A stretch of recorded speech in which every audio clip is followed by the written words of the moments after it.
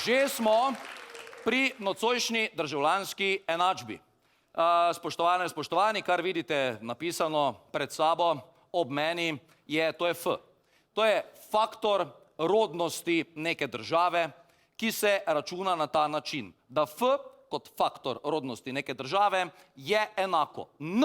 To je število rojenih otrok v nekem letu, v neki državi, deljeno, to so najhujši računi, ko je treba deliti, veš, lažje je množiti, deljeno z PF, PF pa pomeni plodne ženske oziroma plodne feministke.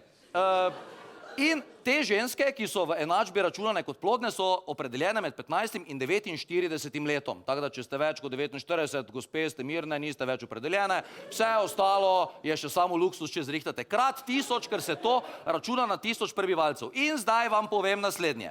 Žensk, ki so PF, se pravi plodne in so v igri za razplod godne, Slovenke, teh Slovenk je ta trenutek 463 138.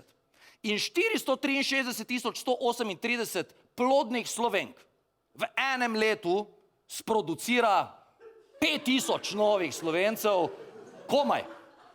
Dobro, tu zdaj niso vštete tiste, ki so lani rodile, pa ne morejo takoj še enkrat, pa niso vštete tiste, ki bojo drugo leto, zato ker še letos pač ne morejo.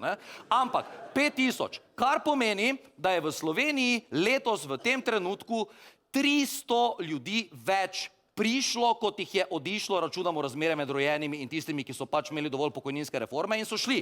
In zdaj, naravni prirastek slovenski pomeni, da je Slovenijo je lani zapustilo 2500 ljudi. Sprejeli pa smo jih 2800. Se pravi, 300 smo v plusu, davko sesalce, mlade ljudi, ki bi šli na zavod, smo poslali ven z države, da niso strošek. Sprejeli smo pa ljudi, ki bojo delali in bojo davek od dela plačevali. Se pravi, smo bistri, smo prebrisani, delamo na tem. In naš naravni prirastek je letos super padel iz 1,8 na 0,9 pol leta. Se pravi, da mi lahko realno pričakujemo, da bomo drugo leto za 8. marec približno z naravnim prirastkom na nuli, se pravi, koliko nas gre, toliko nas pride, balansiramo.